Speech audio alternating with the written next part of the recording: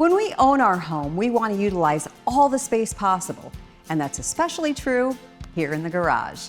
We use our garages for storage and entertainment and man caves and exercise.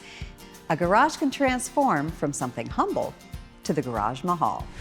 The best way to capitalize on all this space is to make sure that the air is comfortable and energy friendly. Here to tell us more is Mark Linz with Linz Heating and Air Conditioning.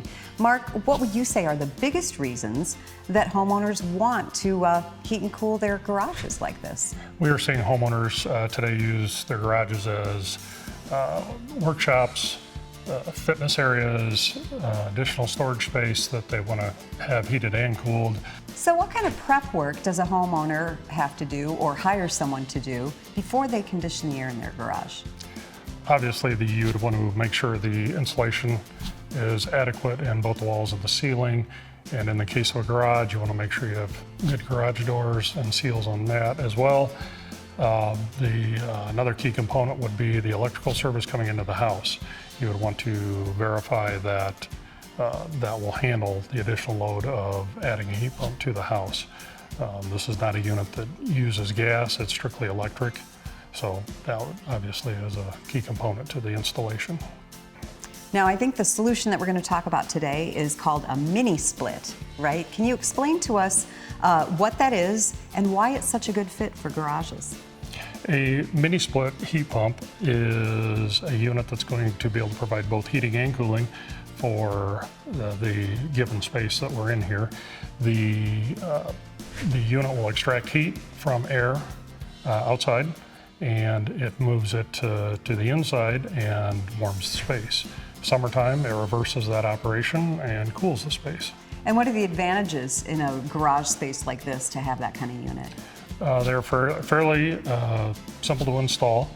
They offer a greater efficiency. We're seeing anywhere from 20 to 40% more than a conventional system, and you don't have to deal with the ductwork.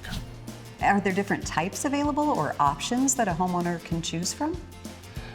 We have several different options available. Single zone unit can easily do a garage. In this particular installation, we have what's called a high wall unit. They also offer ceiling cassettes, which would conceal the unit in the ceiling above. So you just have a grill that's available.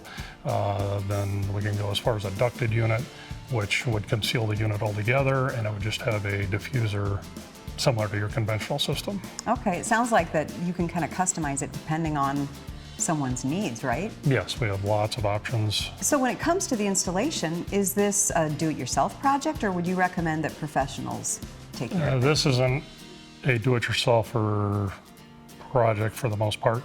There are several pieces of equipment that are required for a proper installation, which those usually aren't widely available to do-it-yourselfers. Okay. So, how about the cost? If you could kind of break it down, what is the unit plus installation for a basic unit? Entry, you're going to be starting in the mid 3,000 range and go up from there. Okay, but it is an investment. We have to remember that with that kind of energy savings. Yes, it is. Thanks for your expertise. We appreciate it.